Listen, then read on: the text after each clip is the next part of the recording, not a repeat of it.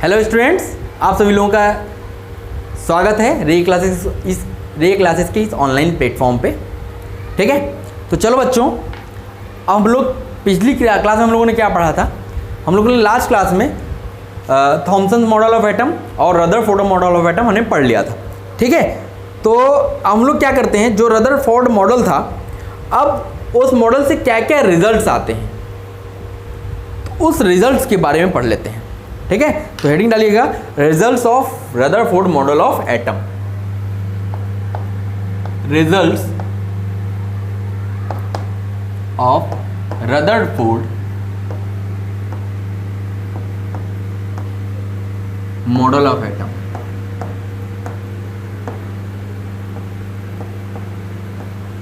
क्या क्या रिजल्ट्स अब रदरफोर्ड मॉडल ऑफ एटम से आते हैं, अब हम इसके बारे में पढ़ लेते हैं।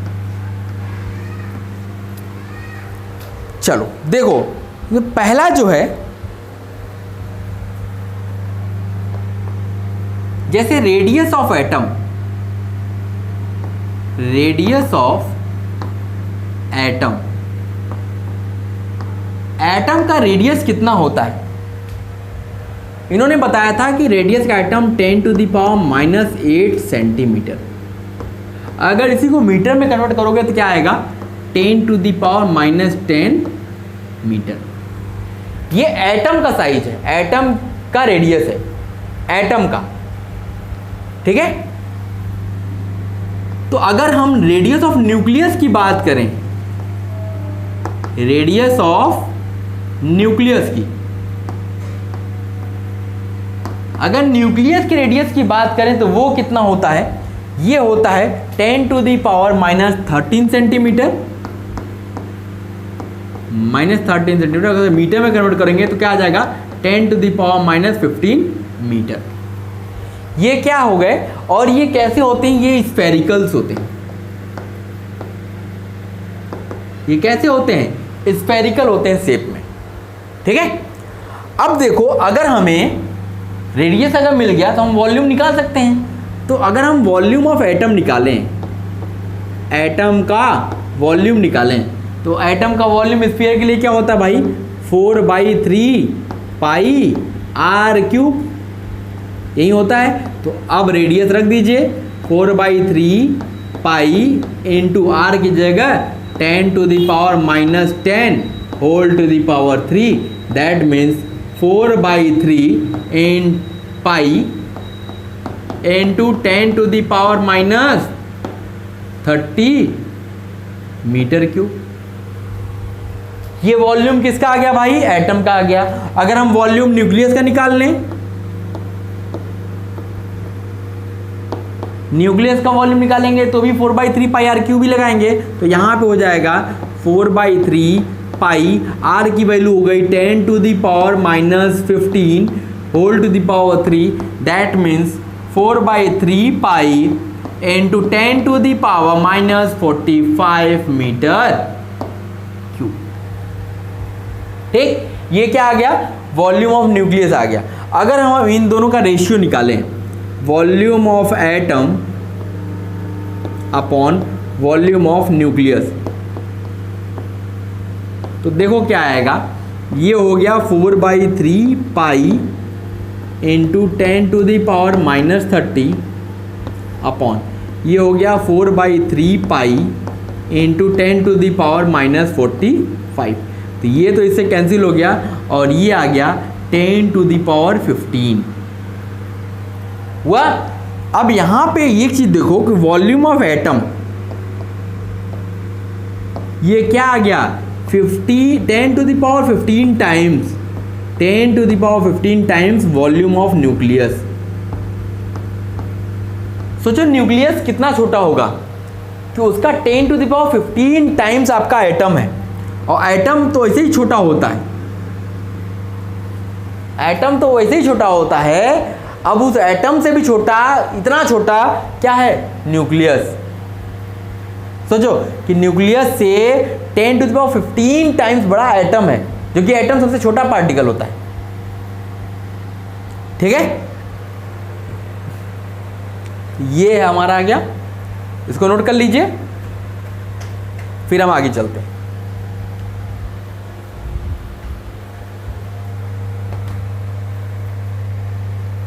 हो गया बच्चों?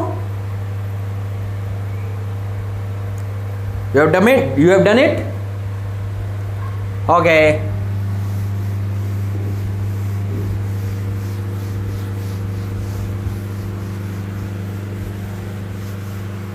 अब देखो, अगर मान लो जैसे हमारा ये क्या है, ये हमारा एटम है, ठीक, इसमें क्या है, छोटा सा न्यूक्लियस है जो कि पॉजिटिव होता है,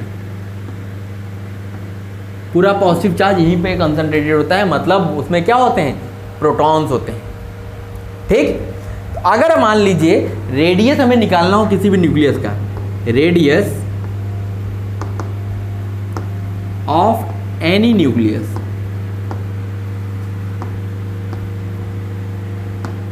इज गिवन बाई, इसको हम लोग कैसे निकालते हैं, किसी भी न्यूक्लियस का रेडियस अगर आपको निकालना हो तो उसको कैसे निकालते हैं, वो होता है R is equal to R not A to the power 1/3। अब देखो यहाँ पे क्या है, यहाँ पे R जो है ये हमारा क्या है, radius of nucleus, radius of nucleus है, ओके। ये R नॉट क्या है, ये कांस्टेंट है, ये क्या है, एक कांस्टेंट है। इसकी वैल्यू क्या होती है, इसकी वैल्यू होती है 1.1 इंटू 10 टू द पावर -13 से लेके to 1.44 into 10 to power -13, 1.44 into 10 to the power -13, ये इतनी होती है। लेकिन हम लोग कॉमनली जो यूज करते हैं,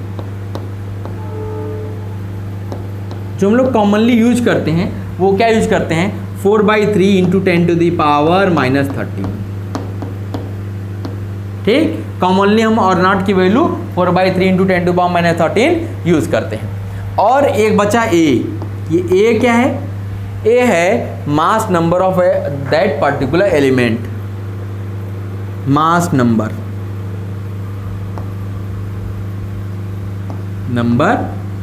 ऑफ दैट पर्टिकुलर एलिमेंट, जो पर्टिकुलर एलिमेंट है उसका मास नंबर क्या है,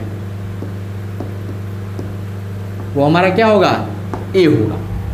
अगर किसी भी न्यूक्लियस का आपको रेडियस निकालने के लिए बोल दे तो उसका आपको जो भी एलिमेंट देगा उसका एटॉमिक नंबर पता होगा, एटॉमिक मास पता कर लीजिए, फिर उसके बाद R नॉट की वैल्यू पता ही है, बस वहाँ पे रख दीजिए, आपको फाइनली रेडियस न्यूक्लियस का मिल जाएगा। तो जैसे एक छोटा सा क्वेश्चन कर लेते हैं तो आपको ये समझ में आ जाएगा। ये नोट कर लिया बच्चों आप लोगों ने, okay.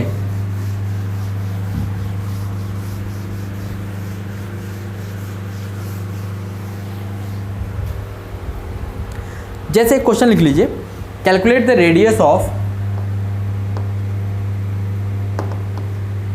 Calculate the radius of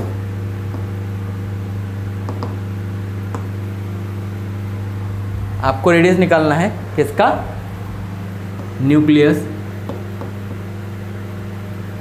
of 13Al27। Aluminium के न्यूक्लियस का आपको रेडियस निकालना है। तो देखो एल्यूमिनियम का आपको एटॉमिक नंबर 13 दिया है, एटॉमिक मास 27 दिया है, तो आपको कुछ करना है क्या, कुछ नहीं करना है, बस अभी जो फॉर्मूला आपने लिखा उस फॉर्मूले में सारी वैल्यूज उठा के रख देनी है। जैसे अभी हमने क्या पढ़ा, R is equal to R not A to the power 1/3। अब देखो R नॉट की वैल्यू हमने क्या बताई थी भाई, 4/3 इंटू 10 टू द पावर -13 ये बताया था, इंटू A की वैल्यू क्या है 27, मास नंबर रखना है आपको, होल पावर 1/3।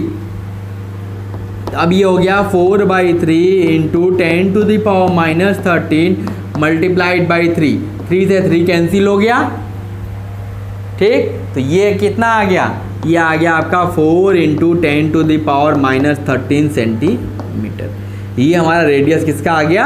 एल्यूमिनियम न्यूक्लियस का रेडियस हमको मिल गया। ठीक है,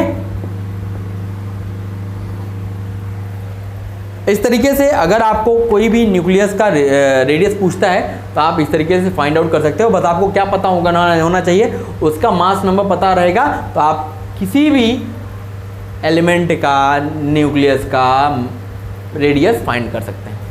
ओके, तो नोट कर लीजिए। फिर अब हम लोग दूसरे रिजल्ट की तरफ चलते हैं। दूसरा क्या रिजल्ट इन्होंने पाया?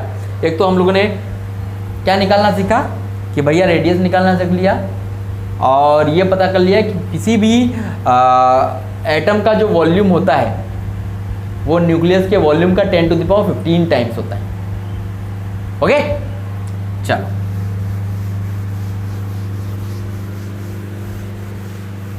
अब देखो, अब जो अगला जो रिजल्ट आया, अगर मान लीजिए number of alpha particles scattered, number of alpha particles scattered, number of alpha particles scattered at any angle theta, at any angle theta is inversely proportional to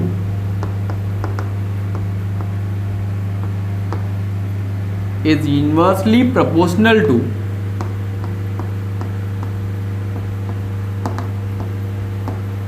inversely proportional to fourth power of sin theta by 2, to fourth power of sin theta by 2। अब देखो यहाँ ये क्या आया, ये अक्सर पूछा नहीं जाता है लेकिन जानते रहिए कि जो हमारा number of alpha particles scattered, कितने अल्फा पार्टिकल स्कैटर कर रहे हैं, अगर ये आपको फाइंड करना हो जो किसी एंगल थीटा पे स्कैटर कर रहे हैं, तो ये क्या होते हैं, ये प्रोपोर्शनल होते हैं किसके? 1 इनवर्सली प्रोपोर्शनल होते हैं किसके? साइन थीटा बाई 2 के फोर्थ पावर के।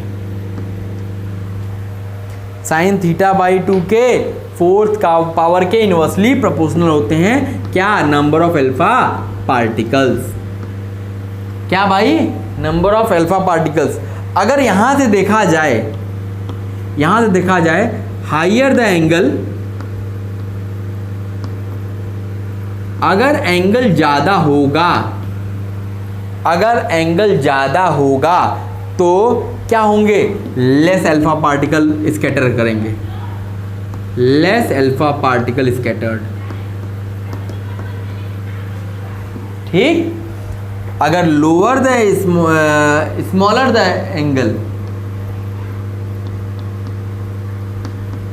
स्मॉलर द एंगल, तो क्या होगा? ज्यादा अल्फा पार्टिकल स्कैटर करेंगे, मोर अल्फा पार्टिकल्स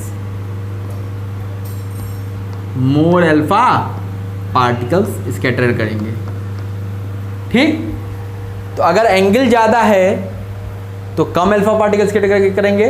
वहां देखा भी था हमने कि ज़्यादा एंगल पे 0.1% का भी बहुत कम अल्फा पार्टिकल स्कैटर कर रहे थे। 20,000 में 1 अल्फा पार्टिकल, सोच लीजिए।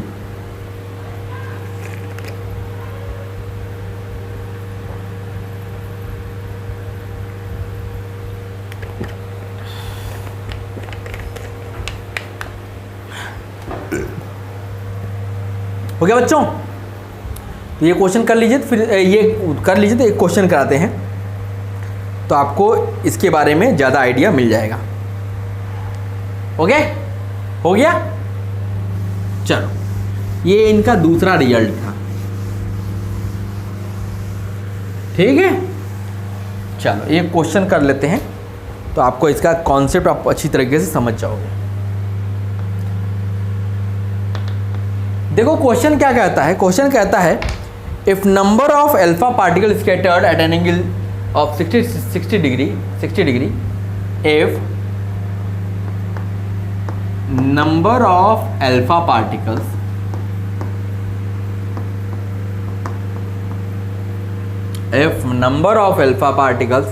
scattered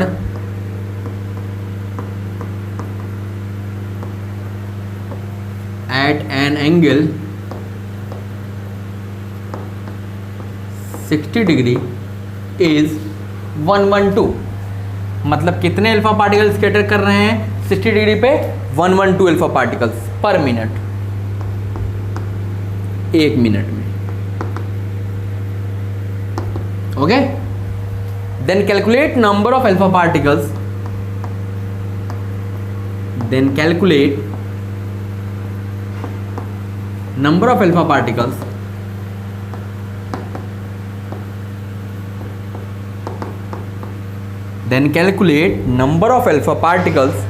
scattering at an angle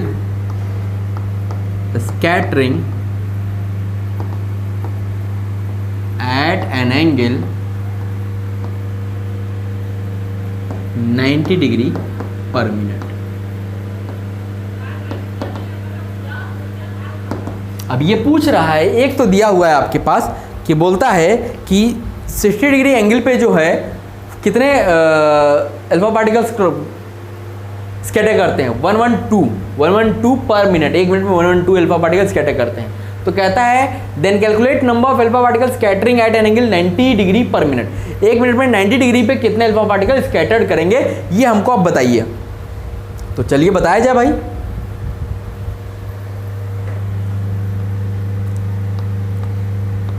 solution देखो, पहला हमारा क्या दिया हुआ है 60 डिग्री की बात करते हैं।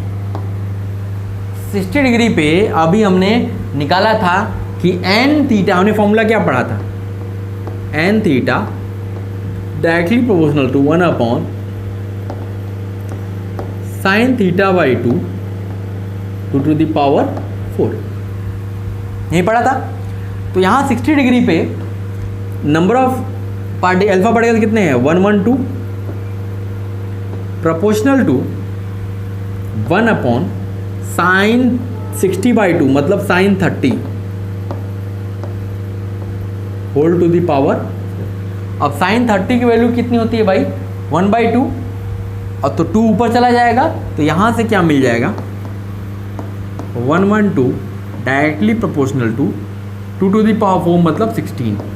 ये इक्वेशन 1। अभी देखो इसको ध्यान मत दो कि ये प्रोपोर्शनल लिखा हुआ है, दोनों नंबर्स लिखे हैं, भूल जाओ अभी, ठीक है। अब आ जाओ, हमसे पूछता कितना है 90 डिग्री पे। तो 90 डिग्री मान लिया कि एन जो अल्फा पार्टिकल से स्कैटर कर रहे हैं, ठीक है। तो ये डायरेक्टली प्रोपोर्शनल हो जाएगा 1 अपॉन साइन 90/2 मतलब साइन 45 टू द पावर 4। यहाँ से क्या मिल जाएगा N directly proportional to sine 45 की वैल्यू होती है 1/√2, 1/√2 मतलब √2 की पावर 4, √2 की पावर 4 का मतलब हो गया 4।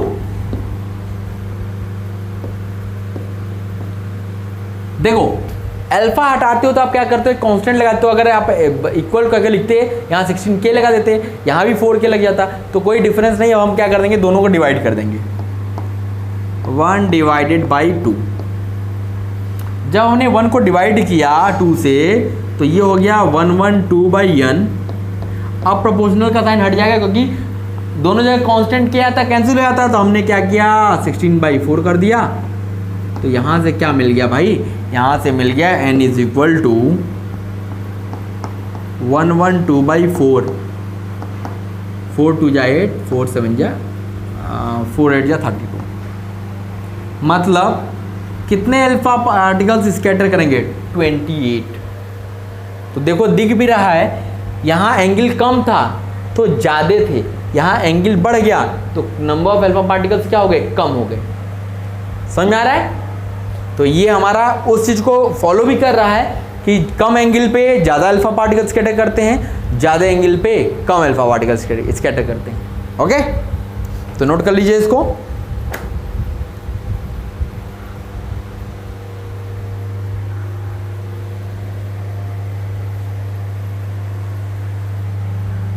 हो गया बच्चों, इरेज कर दिया जाए।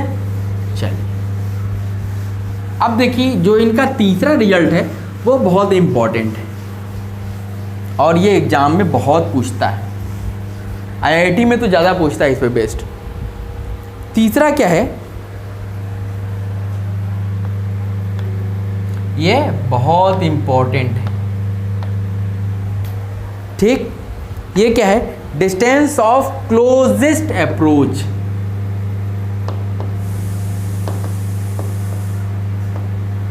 Distance of closest approach.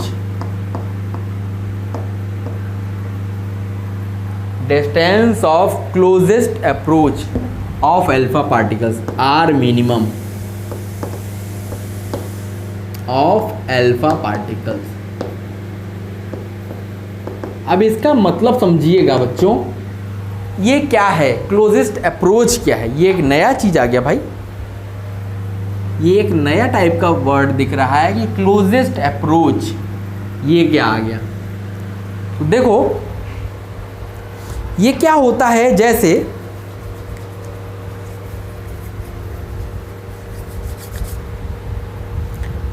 पहले लिख लो फिर मैं समझाता हूं आपको। It is applicable only for those alpha particles, it is applicable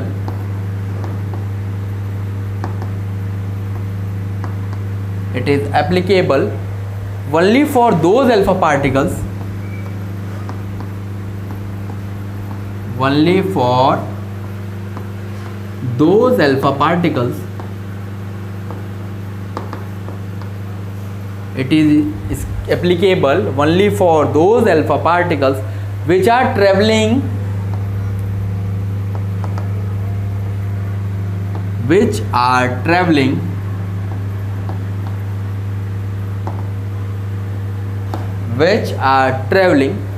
straight towards the nucleus,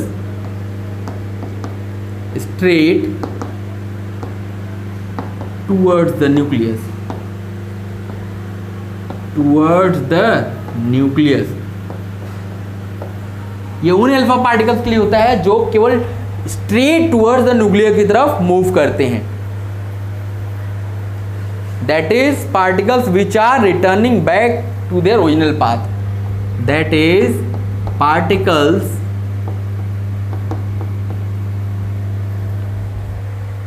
which are returning back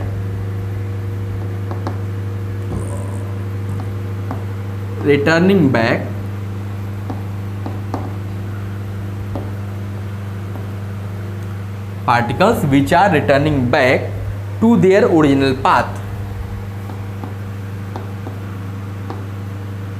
to their original path।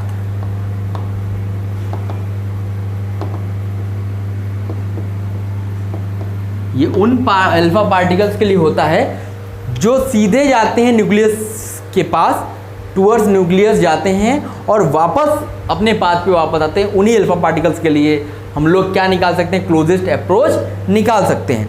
तो देखो होता क्या है, आप एक चीज़ और देख लो, जैसे कोई भी एटम है तो यहाँ क्या होता है, न्यूक्लियस होता है, इसमें प्रोटॉन्स होते हैं। तो इस पे जो चार्ज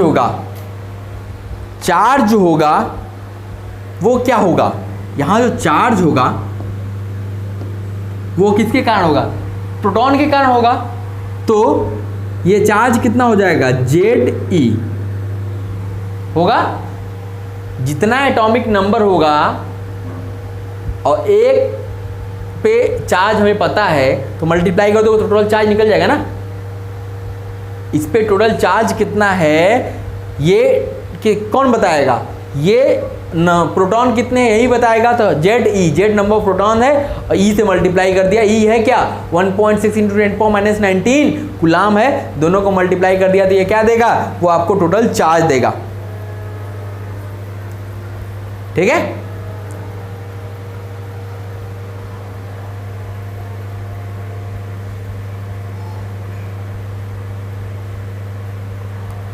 और ये क्या होगा, ये आपको नोन होगा, ये आपको पता होगा।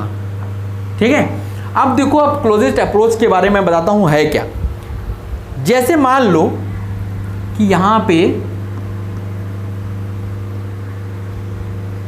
ये हमारा कोई एटम है, ठीक है। अब इस पॉइंट से, ये पॉइंट ए है, इस पॉइंट से कोई एक अल्फा पार्टिकल जा रहा है, अल्फा पार्टिकल जा रहा है, जिसकी इनिशियल वेलोसिटी जो हमने बोल दी कि va है। इसकी इनिशियल वेलोसिटी क्या बोल दी, va, ठीक है, कि va वेलोसिटी से ये जा रहा था। ये हमारा क्या है, अल्फा पार्टिकल है, ठीक है। इनिशियली क्या है, ये अल्फा पार्टिकल कहां पे है, इनफाइनाइट पे है। ये कहां है, इन्फिनिटी पे है। जब ये अल्फा पार्टिकल इन्फिनिटी होगा, इसका मतलब ये आर इनफाइनाइट हो गया। आर क्या हो गया, इनफाइनाइट हो गया। जब इनफाइनाइट हो गया तो आपको ये पता होगा कि पोटेंशियल एनर्जी इस पॉइंट ए पे क्या होगी भाई, mgh नहीं होगी। पोटेंशियल एनर्जी यहाँ पे mgh नहीं होगी। यहाँ पे कौन सी एनर्जी होगी, यहाँ पे पोटेंशियल एनर्जी जो होगी वो इन चार्जेस के कारण होगी ना। तो वो क्या होती है, 1/4 pi epsilon not, 1/4 pi epsilon not Q1 Q2 upon R, Q1 Q2 upon R, ठीक है। अब देखो यहाँ पे R क्या है, इनफाइनाइट है। जब R इनफाइनाइट है और यहाँ R डिनोमिनेटर में है तो 1/∞ क्या होता है, 0। इसका मतलब यहाँ पे इस पॉइंट पे क्या है, पोटेंशियल एनर्जी 0 है। अगर हम यहाँ पे काइनेटिक एनर्जी की बात करें, काइनेटिक एनर्जी एट पॉइंट ए, तो काइनेटिक एनर्जी क्या हो जाएगी, half m alpha A V alpha square. ये यहाँ पे इसकी काइनेटिक एनर्जी हो जाएगी, अल्फा पार्टिकल का मास इंटू अल्फा पार्टिकल की वेलोसिटी। यहाँ पे v इनिशियल वेलोसिटी हमने दिया हुआ है, तो यहाँ पे काइनेटिक एनर्जी इसके पास कुछ होगी, half m alpha square v alpha square, ये इसकी काइनेटिक एनर्जी हो गई। अब अगर हम यहाँ पे इसके मास की बात करें कि भाई m अल्फा क्या होगा, अब अल्फा पार्टिकल क्या होता है भाई, 2He4 होता है ना। सॉरी, एक चीज मैं यहाँ गलत बता दिया, यहाँ पे ये Z क्या होता है, ये एटॉमिक मास है। ये Z क्या है, मास नंबर है। ये क्या है, मास नंबर है। तो आप चार्ज निकाल सकते हो। तो यहाँ पे जैसे m अल्फा निकालना है तो ये क्या हो जाएगा, इसका देखो क्या है, 4mu, 4mu इसका क्या है, मास है। अगर mu को कन्वर्ट कर लो, 4 इंटू 1.67 इंटू 10⁻⁻27, ये आपको निकालना मैंने सिखाया था मोल कॉन्सेप्ट में, याद है। mu को ग्राम या किलोग्राम में चेंज करना, तो ये क्या आएगा, kg आएगा, ठीक है। और जो आपका Q1 है और Q2 है, ये क्या होगा भाई, देखो Q1 जो है, Q1 चार्ज कितना होगा, 2e, और Q2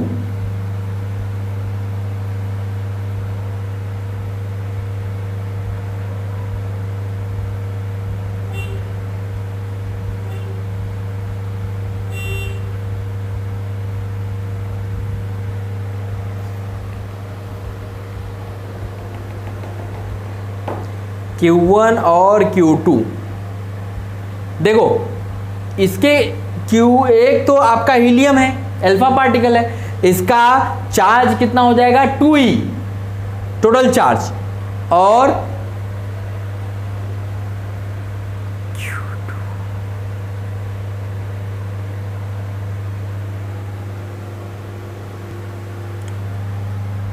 देखिए ये आपका एटॉमिक नंबर ही होता है भाई, कंफ्यूजन हो गई। ये हमारा क्या है, एटॉमिक नंबर, एटॉमिक नंबर। अब देखो यहाँ पे जो हमारा Q अल्फा होगा, Q अल्फा होगा, वो क्या होगा, क्योंकि यहाँ पे दो प्रोटॉन्स हैं, तो ये आपका क्या हो जाएगा 2e।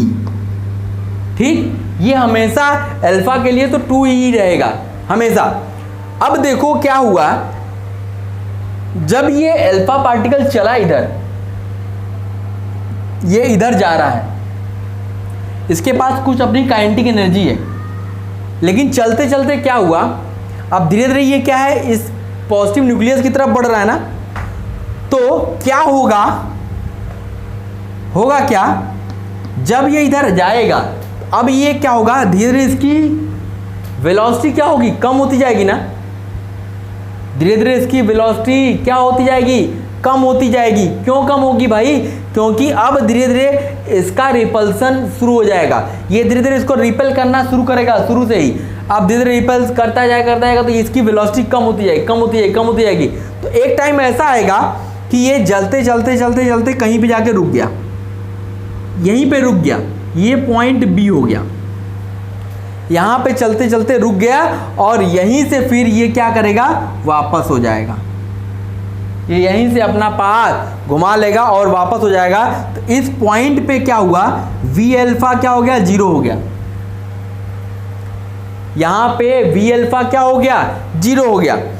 अब देखो ये जो डिस्टेंस मिला हमको, देखो अब ये क्लोजेस्ट अप्रोच का मतलब समझो, क्लोजेस्ट अप्रोच मतलब ये अभी कितना क्लोज तक गया। अब देखो इसके आगे तो गया नहीं, इसके आगे गया नहीं, तो ये जो आया यही हमारा क्या है, आर मिनिमम, यही हमारा क्या है, are minimum.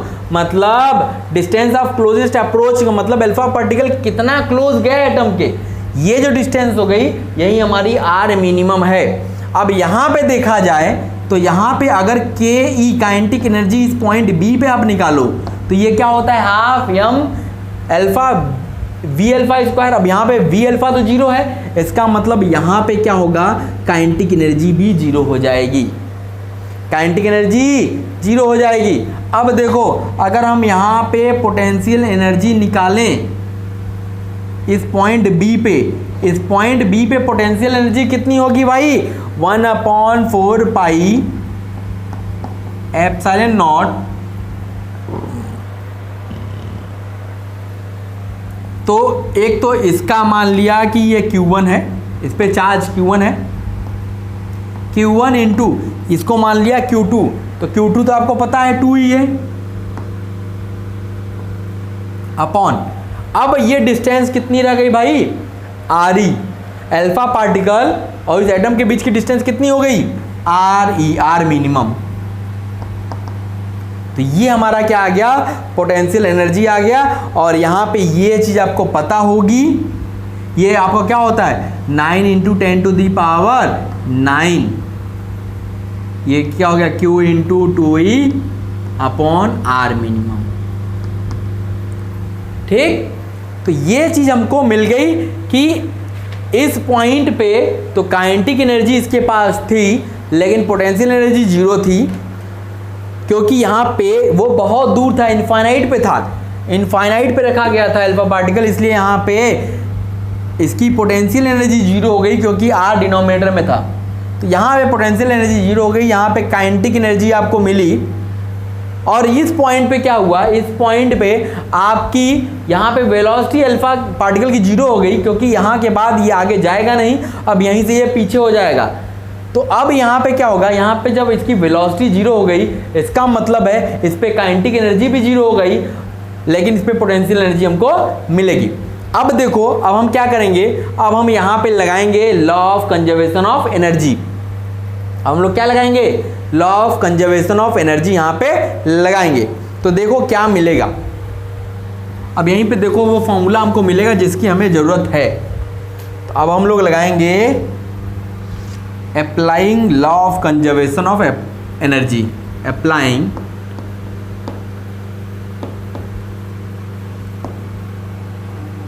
Law of conservation of energy,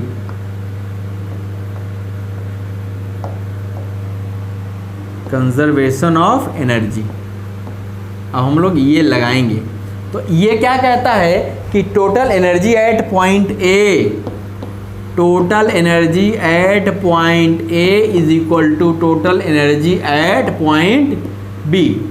energy should neither be created nor destroyed.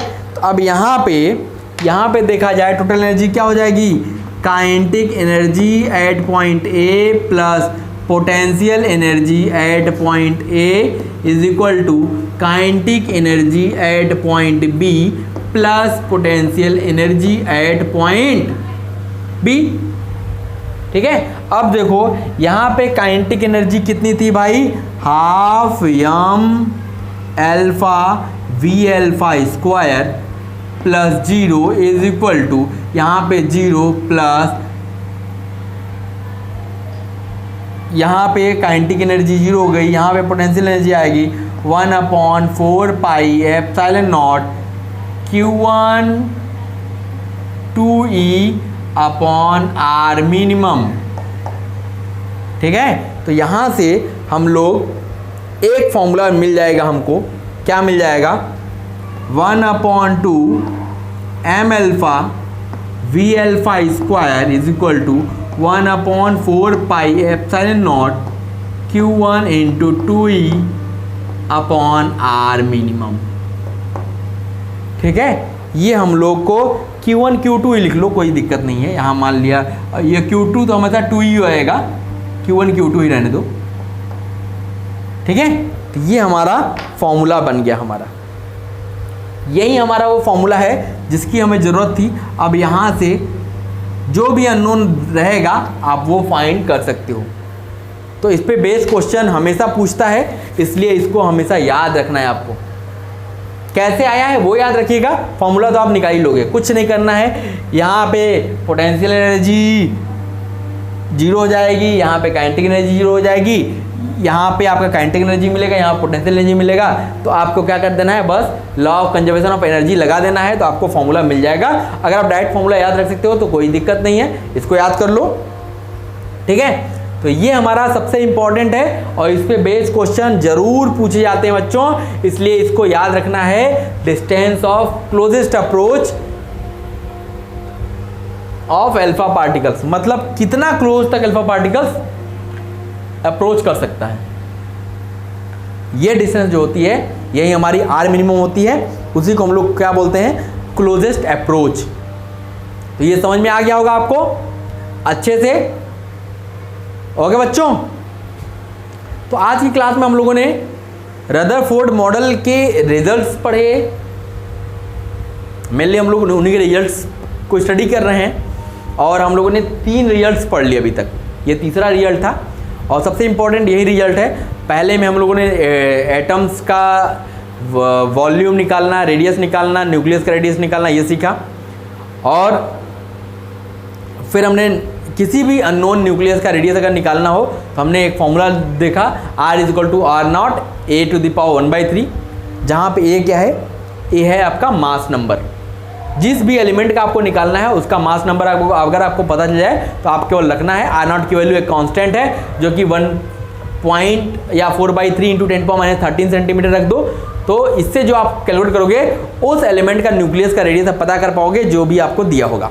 ठीक है, फिर हमने तीसरा पढ़ा, ये हमारा सबसे इंपॉर्टेंट है और इस पे बेस्ड क्वेश्चंस आपको जरूर मिलेंगे कॉम्पिटिटिव एग्जाम्स में, इसलिए इसको ध्यान से एकदम देखिएगा। Distance of closest approach, R minimum हम लोग कैसे फाइंड आउट करते हैं, ये हमारा क्या करता है, इट इज एप्लीकेबल ओनली, ये केवल उन अल्फा पार्टिकल्स के लिए एप्लीकेबल है जो स्ट्रेट न्यूक्लियस की तरफ जाते हैं और वापस अपने पाथ पे आ जाते हैं। ये केवल उन्हीं के लिए एप्लीकेबल होगा, हम उन अल्फा पार्टिकल्स पे ये अप्लाई नहीं कर सकते जो किसी एंगल से डेविएट होते हैं या उस पार निकल जाते हैं, तो ये उनके लिए नहीं है। ठीक है, क्योंकि वो क्लोजेस्ट अप्रोच तो कुछ हुआ नहीं, तो वो तो पार निकल गए ना, तो वो तो काम खत्म। तो क्लोजेस्ट अप्रोच का मतलब होगा जो उसी पाथ पे वापस जाएगा, तो इसका मतलब कहीं ना कहीं से जाएगा, जहाँ से जाएगा तो जो ये डिस्टेंस रही होगी वहीं उसकी क्या होगी, क्लोजेस्ट अप्रोच होगी। ठीक है, ये काफ़ी इंपॉर्टेंट है, इसको मैंने अपने तरफ से समझाने की पूरी तरह कोशिश की है। अगर फिर भी नहीं समझ में आता है तो आप इसको 1 बार 2 बार 3 बार इस वीडियो को देखो ताकि चीज़ें आपको क्लियर हो जाए। ठीक है बच्चों, तो आज की क्लास के लिए बस इतना ही, फिर अगली क्लास में हम लोग मिलेंगे तो इसके आगे इस पे बेस्ड क्वेश्चन करेंगे ताकि इसका कॉन्सेप्ट हम लोग अच्छे से समझ जाएं, और फिर उसके बाद अगली क्लास में और भी चीज़ें उसके बारे में पढ़ेंगे। अगर और भी रिजल्ट्स होंगे तो उसके बारे में पढ़ेंगे, और फिर हम लोग अलग जो और दूसरे मॉडल्स हैं उसके बारे में भी स्टडी करेंगे। ओके बच्चों, थैंक यू।